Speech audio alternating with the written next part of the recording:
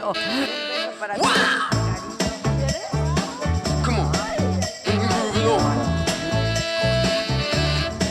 I said, baby, Pero estos dos que viven contigo. I know you're on a roll.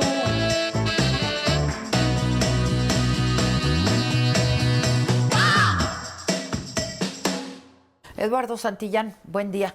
Qué gusto saludarte. Igualmente, Eduardo. Pues nada, aquí... ¿Qué otra vez quieres ser alcalde?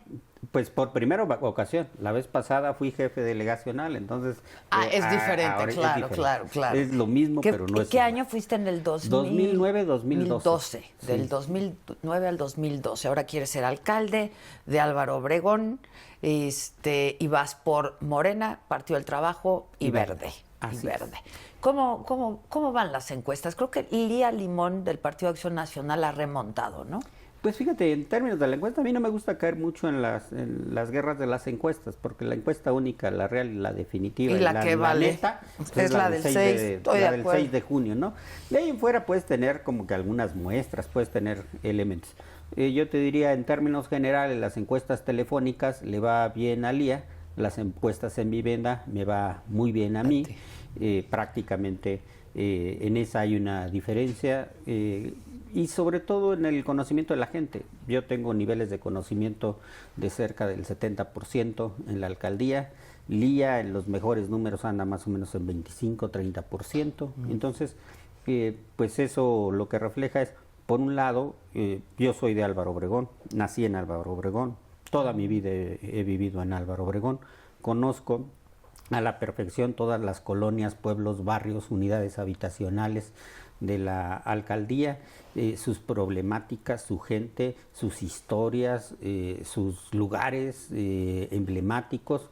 Entonces hay un gran arraigo de mi parte en la alcaldía. Creo que pues Lía no es de Álvaro Obregón, vive en Miguel Hidalgo, toda su vida está en Miguel Hidalgo. Entonces, pues es muy difícil gobernar una alcaldía que no conoces. Oye, a ver, pero dime algo, ¿cómo estás haciendo campaña y cómo están dejando la alcaldía ahorita, Laida, ¿no? Que pues la verdad Laida mucho tiempo pues quiso ser candidata, ¿no?, a la gubernatura de su estado, finalmente lo logra y ha estado un buen tiempo ahí y mucho del tiempo dedicada a eso. ¿Cómo te dejan la alcaldía y cómo ha estado la campaña? Mira, Laida fue un gobierno y fue una candidatura de transición. Álvaro Obregón tenía un cacicazgo muy fuerte, muy arraigado. Se fue hace 3 años, tuvimos una elección de Estado. Entonces solamente una figura como Laida podía enfrentar efectivamente a cacicazgos de esa naturaleza. Laida, su principal objetivo era arrebatar el gobierno al PRD. También déjame decirte, pues evidentemente que Laida le ha tocado, al igual que los actuales gobiernos, los gobiernos más complejos. La pandemia, la crisis económica, disminución presupuestal. La alcaldía llega a funcionar hasta con el 35-40% de las y de los trabajadores.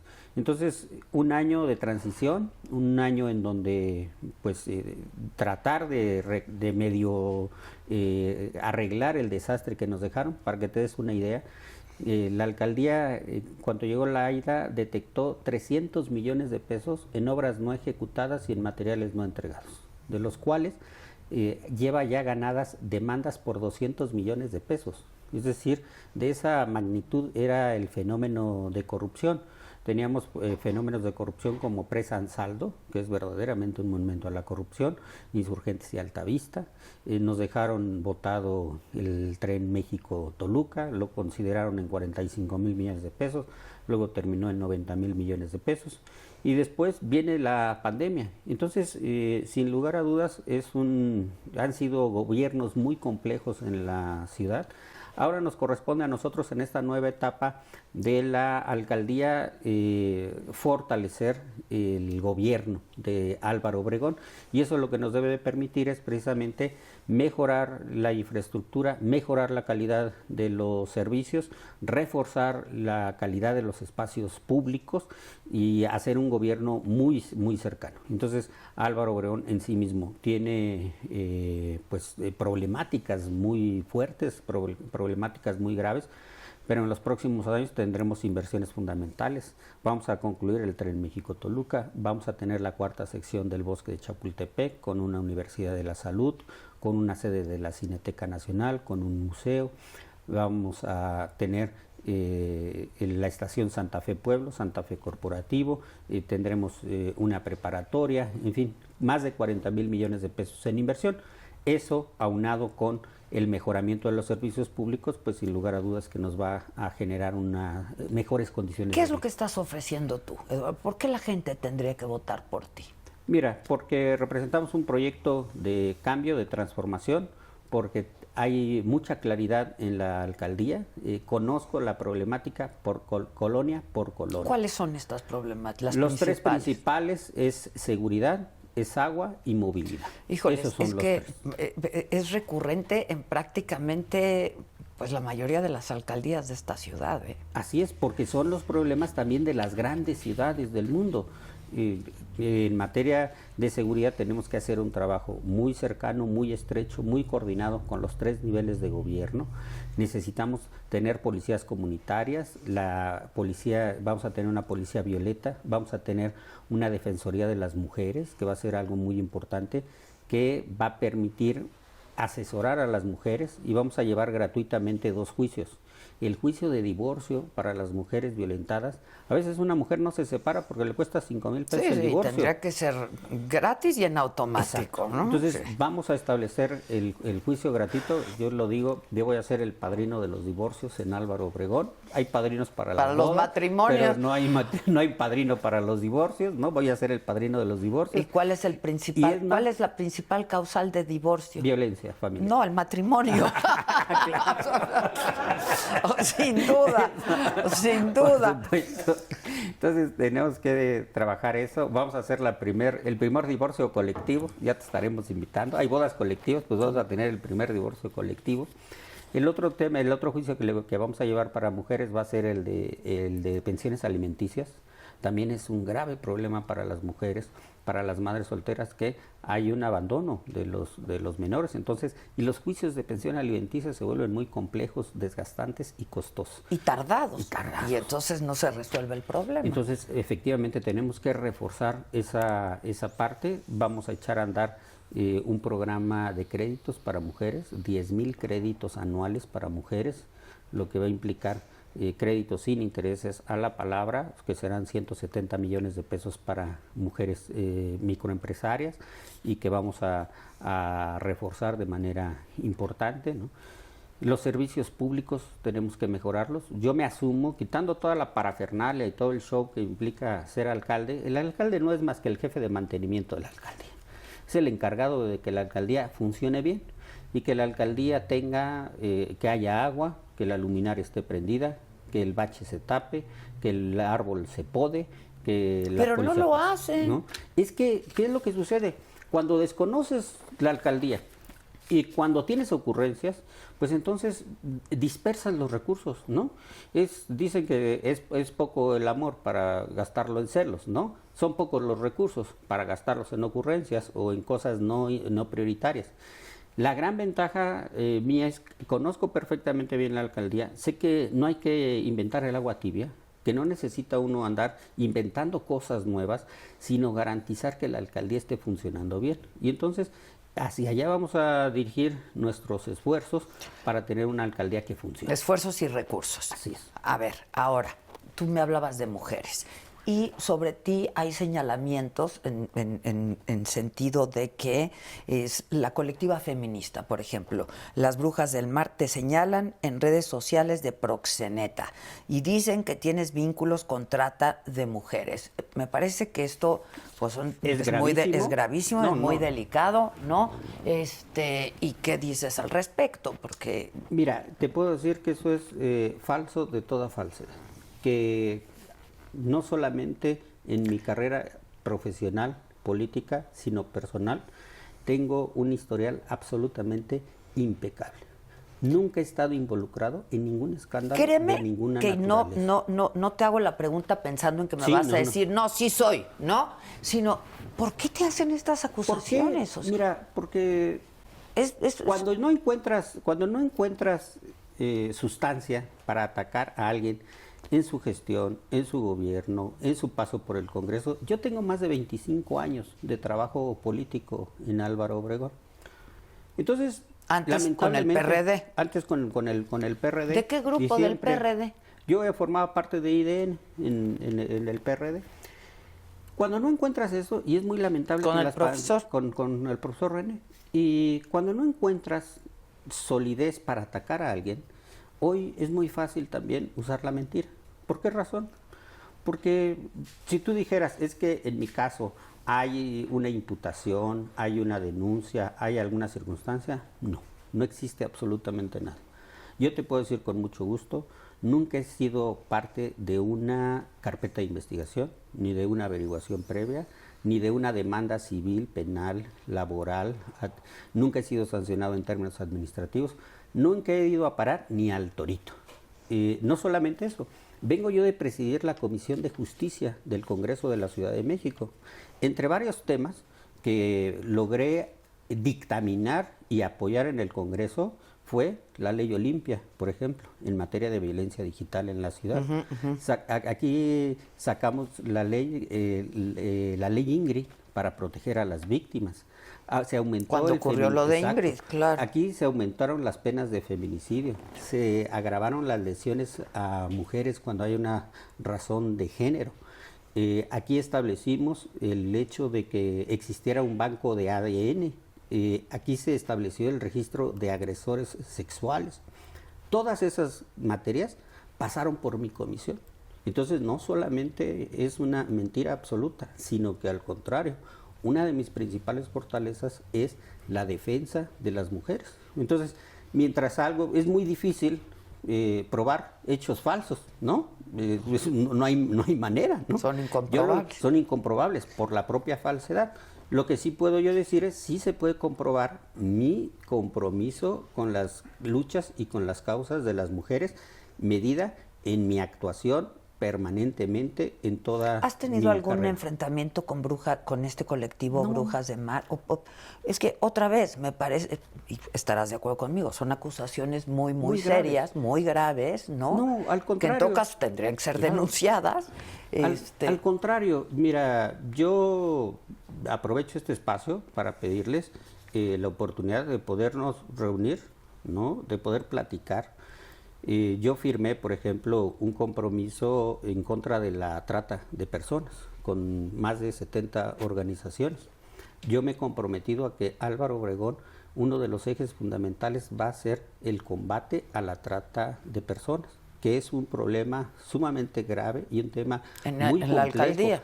En la alcaldía y en la ciudad, porque tenemos el fenómeno de trata de personas no solamente con fines de explotación sexual, sino también con fines de mendicidad, trata de personas. Incluso una de las reformas que te puedo decir que me dio mucho gusto aprobar en el Congreso fueron las reformas en materia de adopción, por ejemplo, porque teníamos trata de personas incluso relacionadas con temas de adopciones.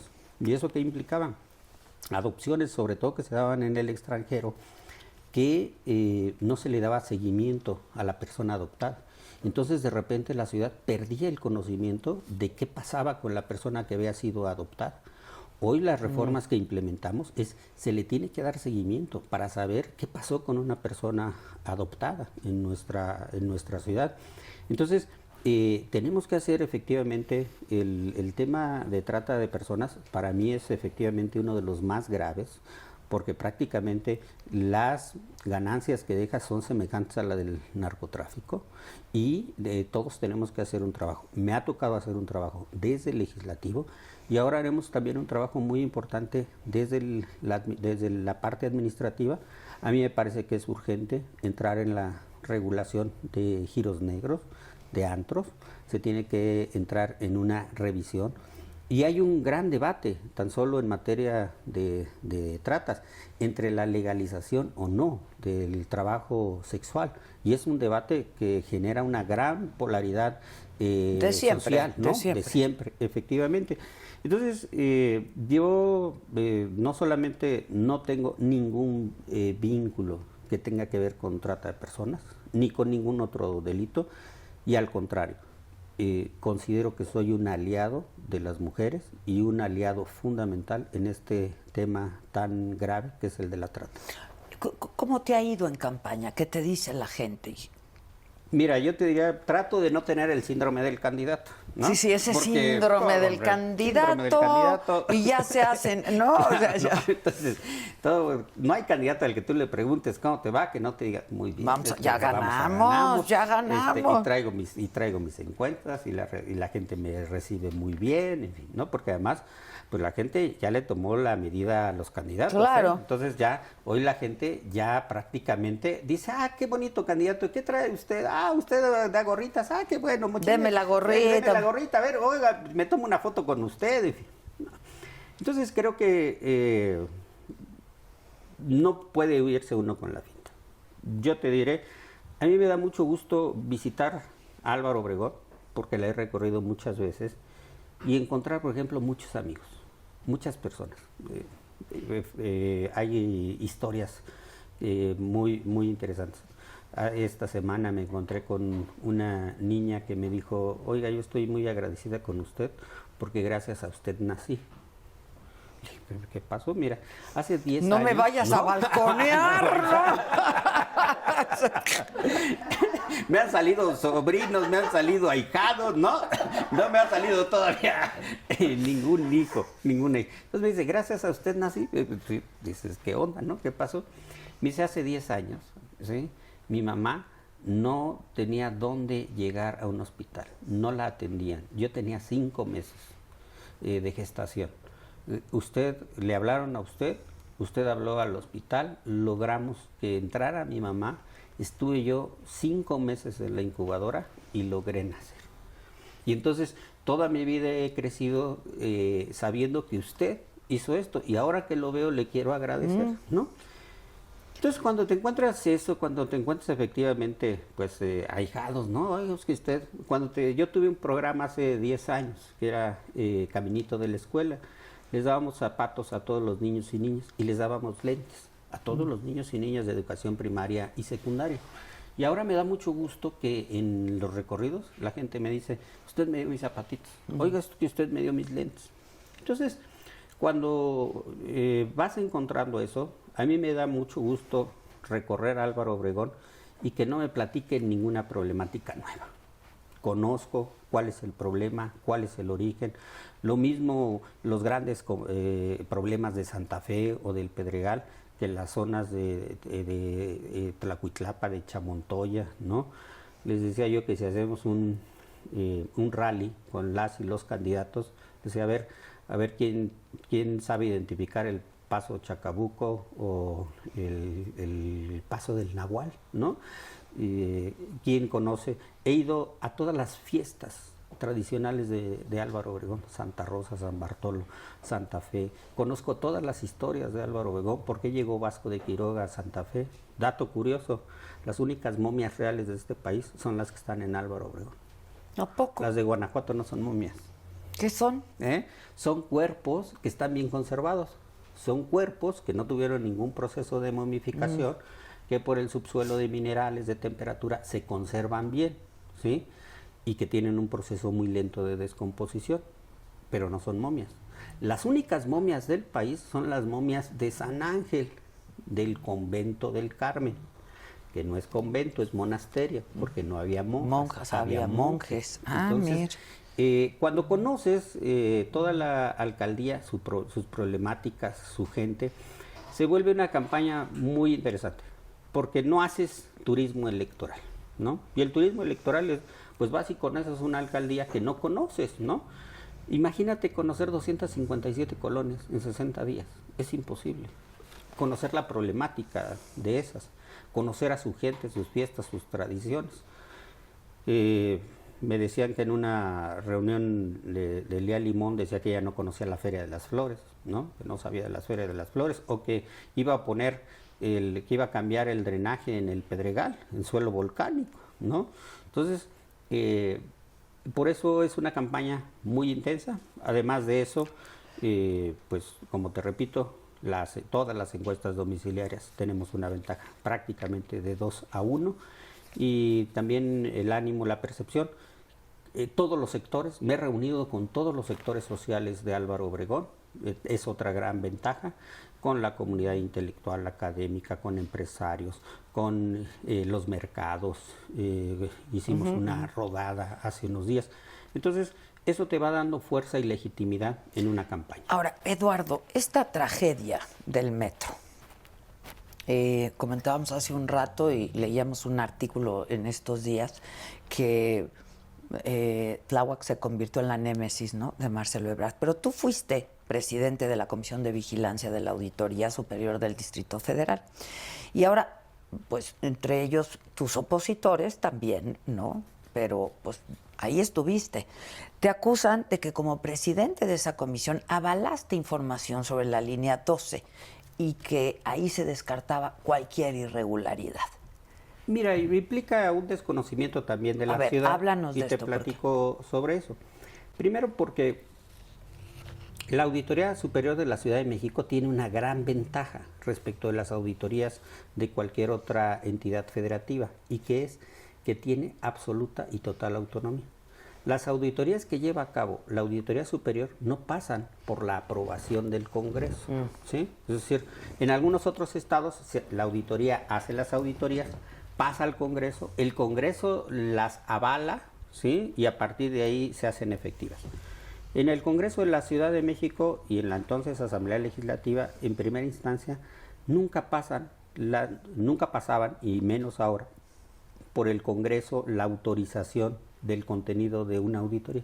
Es decir, yo no hice auditorías, ¿sí? Las auditorías no dependían de mí, las auditorías dependían de un órgano técnico con autonomía, que era la Auditoría Superior de la Ciudad.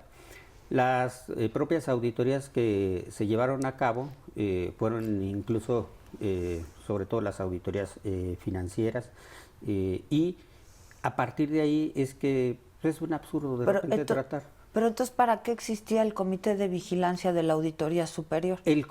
La Comisión de Vigilancia de la Auditoría Superior es el órgano que supervisa que la auditoría lleve a cabo de manera autónoma sus auditorías, ¿sí?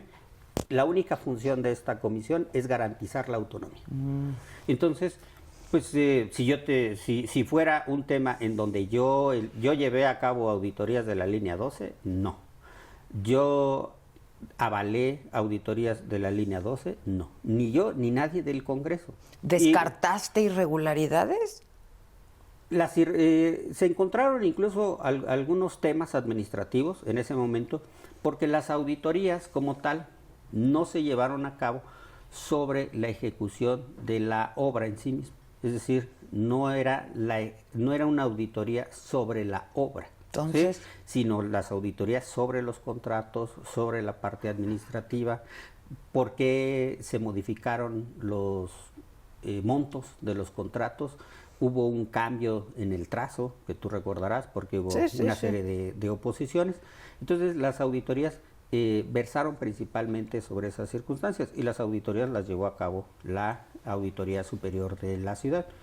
Yo en lo particular creo que tiene que haber, y mucho más viniendo de la Comisión de Administración y Procuración de Justicia, a mí me parece que sí tiene que haber una investigación a fondo, muy precisa, que debe de haber una explicación muy puntual sobre las causas que originaron este acontecimiento, si hubo negligencia o en la construcción o en el mantenimiento, o si en los sismos se ejecutaron o no las acciones preventivas suficientes, y desde mi punto de vista tiene que haber un fincamiento de responsabilidades en donde sea quien haya cometido irregularidades, pues deben de ejecutarse con mucha firmeza las decisiones de gobierno. Pues es que pues tiene que haber responsables, ¿no? Hay responsables.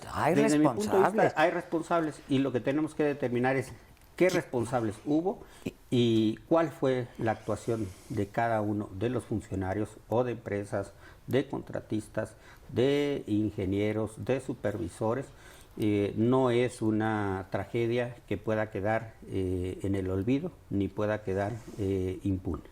Finalmente te pregunto, de cuando ya fuiste jefe delegacional a ahora que quieres ser el próximo alcalde, ¿cómo ha cambiado la alcaldía? ¿Cómo ha cambiado? Y no sé si para mejor necesariamente, ¿no? Mira, ha cambiado, efectivamente, 10 años, tenemos la misma población, por ejemplo, no creció en No 10 creció. años la población. Tenemos nacimientos y tenemos una buena tasa de nacimientos. Lo que sucede es, por ejemplo, que tenemos un déficit de vivienda popular muy importante y un exceso de vivienda de clase media alta. ¿Y esto qué es lo que implica? ¿Qué ha cambiado? Pues que en 10 años La gente ha tenido que emigrar. la gente pobre ha tenido que emigrar de Álvaro Obregón.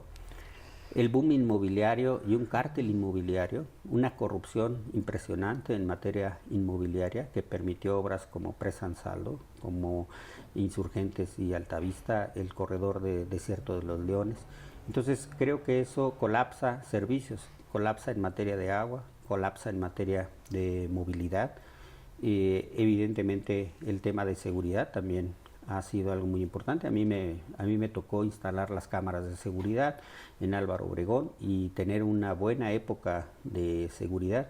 Sí, lamentablemente, sobre todo en el gobierno de Mancera, sí permearon los cárteles en la Ciudad de México. Hoy sí tenemos un ejercicio muy importante de desarticulación de crimen organizado en la ciudad y en la alcaldía que tenemos que atender. Se mantienen algunos problemas que tienen una gran trascendencia, el tema medioambiental, el tema de las barrancas, la recuperación de las barrancas. Álvaro Obregón es una zona de muchos riesgos, minas, taludes, resultan también fundamentales, los incendios forestales. Entonces Álvaro Obregón al mismo tiempo es una sociedad muy heterogénea. Tenemos todos los niveles socioeconómicos. Tenemos Santa Fe, el Pedregal, Chimalistán, Santa Rosa, San Bartolo, pero Jalalpa o Barrio Norte. Entonces, es sin lugar a dudas un gran reto gobernar Álvaro Obregón. Es un reto que implica un enorme conocimiento para que no haya ocurrencias, no haya improvisación y que se pueda hacer evidentemente que un buen gobierno. Eduardo, pues mucha suerte, estaremos muy atentos próximo 6 de junio y estemos en contacto. Muchas gracias. Muchas gracias. Gracias. Y gracias a ustedes como siempre por su atención y compañía. Yo soy Adela Micha y hasta la próxima.